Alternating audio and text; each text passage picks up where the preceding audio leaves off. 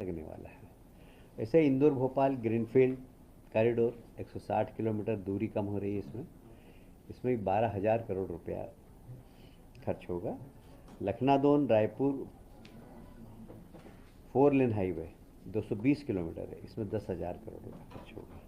इसके अलावा उज्जैन झालावाड़ मार्ग, बरनावत टिमरनी मार्ग, खंडवा बैतूल 4 लेन, इंदौर 6 लेन पूर्वी बाईपास, इसी तरह कुल मिलाकर 27 परियोजनाएं माननीय नितिन गडकरी जी ने मध्य प्रदेश के लिए घोषित की है। वैसे ही आप जानते हैं कि मध्य प्रदेश एक टाइगर स्टेट है, और टाइगर स्टेट होने के कारण हमारे 2 टाइगर फॉरेस्ट के बीच में से जो सड़कें जा रही हैं वहाँ पर भी एलिवेटेड सड़कें जाएँ, जिससे कि हमारे लायन आपस में एक गार्डन से दूसरे गार्डन में जा सकें, एक जंगल से दूसरे जंगल में जा सकें। तो इसे कान्हा, बांधवगढ़, पेंच और पन्ना, इन सब राष्ट्रीय उद्यानों में आपस में जोड़ने के लिए उनको टाइगर कॉरिडोर बनाया जा रहा है, जिसमें कि बीच में कोई सड़क मार्ग नहीं होगा। सारे जो फॉरेस्ट एरिया है वो एक हो जाएगा, जिससे हमारे टाइगर को एक बड़ा क्षेत्र मिल जाएगा घूमने के लिए। ये एक बहुत बड़ी उपलब्धि है। और बंदरगाहों से सीधे कनेक्टिविटी करने के लिए भी एक योजना उन्होंने स्वीकृत की है। कुल मिलाकर मध्य प्रदेश के विकास में ये जो 73,000 करोड़ की योजना है, ये एक महत्वपूर्ण भूमिका अदा करेगी। अभी पिछले दिनों कटनी में माइनिंग कॉन्क्लेव हुई, जिसमें 56,414 करोड़ के निवेश के आश्वासन भी मिले हैं। और आयोजन क्रिटिकल मिनरल्स, स्ट्रेटेजिक मिनरल्स तथा रेयर अर्थ एलिमेंट्स की प्रदेश में संभावना और उनके प्रसंस्करण संवर्धन पर केंद्रित रहा। आयोजन में All India Limited, Texmin, Indian Institute of Mines, IIT Dhanbad इत्यादि के साथ एमओयू किया गया है।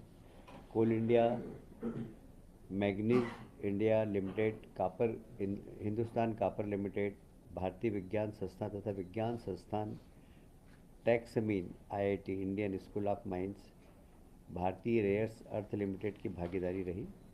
और निजी संस्थाएं ने भी भाग लिया है इसमें। ये तो शासकीय और अर्धशासकीय संस्थाएं थी। इसके अलावा निजी संस्थाएं जैसे Single Business Private Limited, Vinamra Resources, Ramnik Power, Mine Ware Advisor इत्यादि के प्रतिनिधियों से मुलाकात हुई, और उन्होंने भविष्य की संभावनाओं के बारे में मध्य प्रदेश में तलाशने की कोशिश की, और मध्य प्रदेश में उन्होंने इन्वेस्टमेंट करने की एक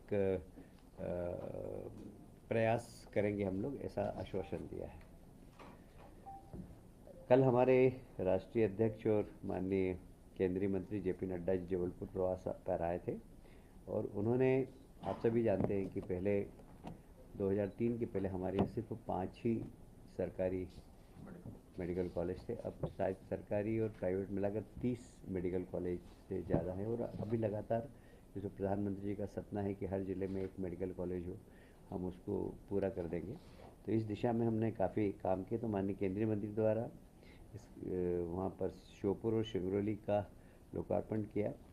और वहाँ सिंगरौली जैसा बहुत छोटा सा ज़िला है, सिंगरौली मतलब बहुत छोटी जगह है, वहाँ पर भी एक मेडिकल कॉलेज, हॉस्पिटल, ये सब बनेगा। और वर्तमान में जो एमबीबीएस की सीट है वो 2,575 है। अब इसमें से 1357 पीजी की सीट्स हैं। प्रदेश सरकार के नवाचार के रूप में पीपीपी के आधार पर मेडिकल कॉलेज के निर्माण की योजना भी हमारी प्रारंभ है। इसमें 4 मेडिकल कॉलेज कटनी, धार, बैतूल और पन्ना से हमारा एग्रीमेंट अभी हो रहा है। आगामी 1 वर्ष में 4 मेडिकल कॉलेज हेतु 4 मेडिकल कॉलेज हमारे बिल्कुल तैयार हो गए, जिसमें कि अब नए प्रवेश प्रारंभ हो जाएंगे।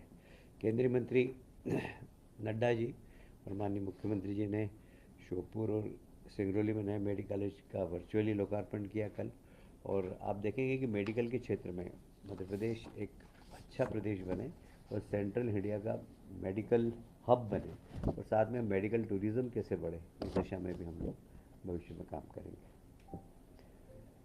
एक global spiritual Congress conclave Ujjain में 27 अगस्त को ग्लोबल स्पिरिचुअल कॉन्क्लेव का आयोजन रखा गया है। यह कार्यक्रम, यह कॉन्क्लेव सिर्फ एक कार्यक्रम नहीं है, वास्तव में मध्य प्रदेश एक मैं कहूँगा स्पिरिचुअल हब भी बनता जा रहा है। जिस प्रकार हमने महाकाल लोक बनाया, ओंकारेश्वर लोक हमारा काम चल रहा है, ऐसे ही जितने भी हमारे धार्मिक स्थल है वो पर्यटन स्थल बने, धार्मिक पर्यटन का केंद्र बने मध्य प्रदेश, इस दिशा में हम काम कर रहे हैं। तो जितने भी देश भर के जो अच्छे, जैसे तिरुपति बालाजी हो गया, शिरडी वाले साईं बाबा हो गए, इन सब के ट्रस्टियों को भी हम यहाँ बुला रहे हैं कि वो किस प्रकार अपने क्षेत्र के अंदर विकास के कार्य कर रहे हैं। इसलिए जितने भी श्रीनाथ जी का मंदिर है, वहाँ के सब लोग जो उस मंदिर से जुड़े हुए, उन सबको हम यहाँ पर इस कॉन्क्लेव में आमंत्रित कर रहे हैं कि हम कैसे इन सब मंदिरों में की व्यवस्थाएं चल रही है, साथ ही हम कैसे मध्य प्रदेश को इनसे जोड़ सकें। तो जो एक भारत के अंदर एक ये कहूँ मैं कि स्पिरिचुअल टूरिज़्म जिस तरह का तरीके से बढ़ रहा है, अच्छा ऐसा नहीं कि सिर्फ उज्जैन में बढ़ा, सभी दूर बढ़ रहा है, बहुत तेज़ी से बढ़ रहा है।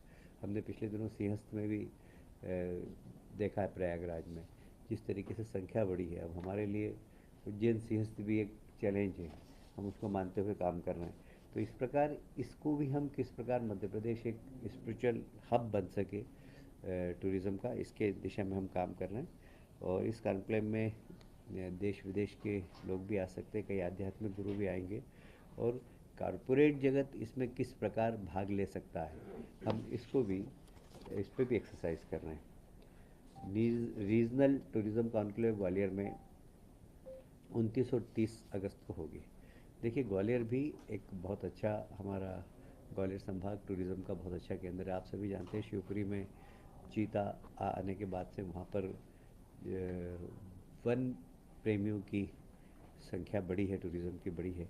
और मध्य प्रदेश में टूरिज़्म एक बहुत बड़ी इंडस्ट्री है, और इसलिए ग्वालियर, चंबल, सागर संभाग के पर्यटकों को हम कैसे वहाँ पर बुलाकर और इस क्षेत्र में भी अच्छा पर्यटन हो, इस दिशा में अभी ग्वालियर में होने वाली है। तो इसका लाभ बुंदेलखंड को भी मिलेगा, चंबल को भी मिलेगा, ग्वालियर रीजन को भी मिलेगा।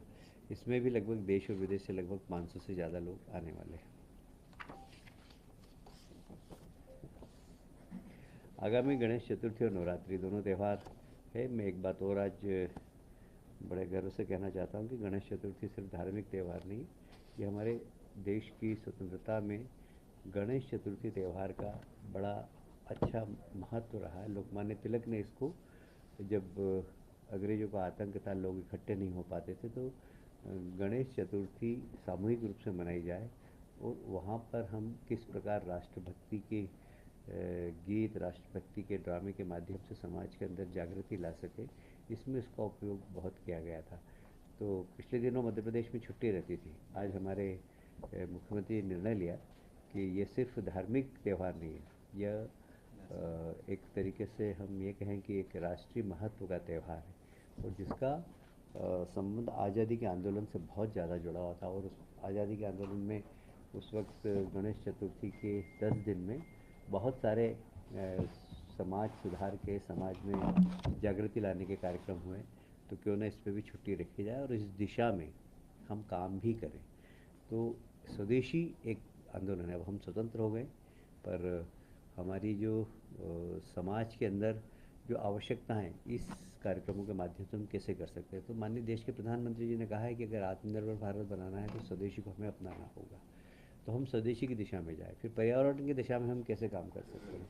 तो मिट्टी के गणेश जी, गोबर के गणेश जी बहुत अच्छे बनते हैं। फिर प्राकृतिक जड़ी बूटियों के गणेश जी, ये सब इस दिशा में अभी हम लोग ने प्रचार भी किया पिछले दिनों, और हमने गणेश जी बनाने वाले लोगों से भी संपर्क किया था कि आप इस प्रकार के गणेश जी बनाइए और हम इसका प्रचार प्रसार भी करेंगे।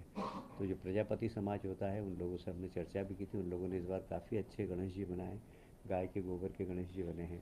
तो ये जो प्रकृति से जुड़ना और त्यौहार से प्रकृति, स्वदेशी और आत्मनिर्भर भारत, इसका सपना पूरा करना, इसके लिए माननीय मुख्यमंत्री जी ने आज कैबिनेट में कहा है कि हमें जितने भी त्यौहार आ रहे हैं, नवरात्रि का त्यौहार है उसमें भी हम स्वदेशी, जैसे पूजा की सामग्री है, अब वो भी आजकल चाइना से आ रही है, पूजा के कपड़े चाइना से आ रहे हैं। गणेश जी की झांकी सजाते हैं तो खिलौने टॉयज़ वगैरह वो चाइना से आते थे, अब तो बहुत कम हो गया। अब तो भारत बहुत बड़ा टॉयज़ का सप्लायर हो गया।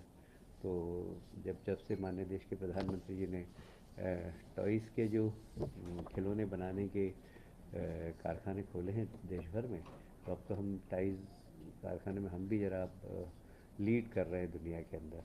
पर एक समय में था कि हमारे यहाँ टॉयज़ 90% अब चाइना से आते थे। उस दिशा में काफ़ी कमी हुई है। आज आपने अच्छी जानकारी दी गणेश चतुर्थी मनाने की। हाँ, छुट्टी छुट्टी भी नहीं, जो उसमें इतिहास है वो बहुत अच्छा है। नवरात्रि में भी हम स्वदेशी आंदोलन को, स्वदेशी आत्मनिर्भर भारत, इसके बारे में लोगों में जन जागृति करेंगे।